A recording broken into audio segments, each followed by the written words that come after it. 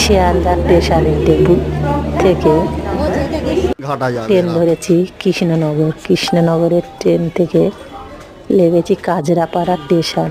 Kajrapara station মানে বুঝতে পারছেন, আজ আমরা অপরাজিতার সাথে দেখা করতে যাচ্ছি।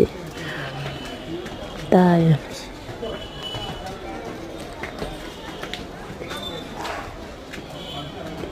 এই যে ট্রেনে লেগে ওপারে যেতে হবে, ব্রিজ থেকে গিয়ে ওপারে বাস ধরতে হবে।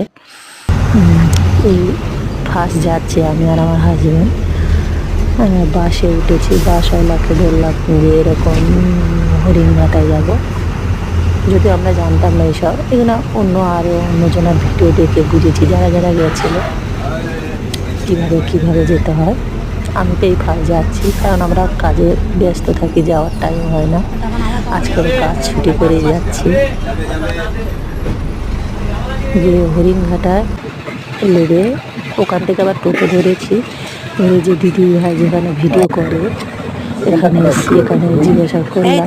ওই যে একটা দিদি ভাই যাচ্ছে, উনি দেখিয়ে দিল যে ওই দিদি। তাই ওখান থেকে ওনার বাড়ি গেলাম, বাড়িতে ফ্রেশ হইতে গেলাম, খেতে গেলাম। অপরে জিতা বেরিয়ে গেছে বাড়িতে, ওরা তখন বেরিয়ে যাচ্ছে। কি আর আমার হাজব্যান্ডকে বলে দিয়েছে যে এই জায়গাটা আসুন, এখানে আমরা ভিডিও করতে যাচ্ছি, আমাদের বেরিয়ে যাচ্ছে, তো আপনারা আসুন, ফ্রেশ হয়ে।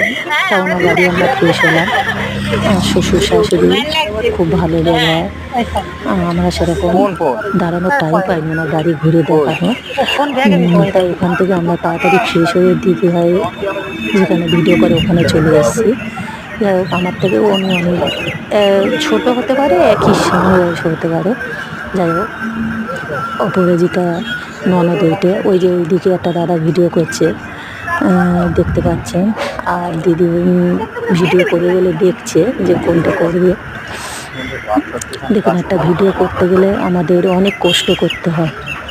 সবাই যে ভাবে যে এইটুকুনি যে কতবার যে আমাদের করে এই জায়গায় দাঁড় করাতে হয়। এই একটা দাদা ভাই, উনিও গেছে দিদিভাইয়ের সাথে দেখা করতে। এই দিদিভাইয়ের ননদ ফোন ধরে আছে। তা দিদিভাই ভিডিও করার জন্য দাঁড়িয়ে পড়েছে, আমাকে বললো বসতে। তা আমরা বসে আছি, কারণ ওনার ভিডিও তো করলে তারপরে তো আমাদের সাথে করবে, তাই না? অনেকে অনেক কিছু কমেন্ট করে যে উল্টোপাল্টা বলে, এটা কিন্তু ঠিক না। একটা থিয়েটার, একটা জায়গা দাঁড়াতে গেলে তার যে কত কষ্ট করতে হয়, কত করতে হয়, সেটা সবাইকে বুঝতে হবে। তাই প্লিজ অপরাজিতার উপর কেউ রাগ করো না, সবার টাইম হয়ে ওঠে না।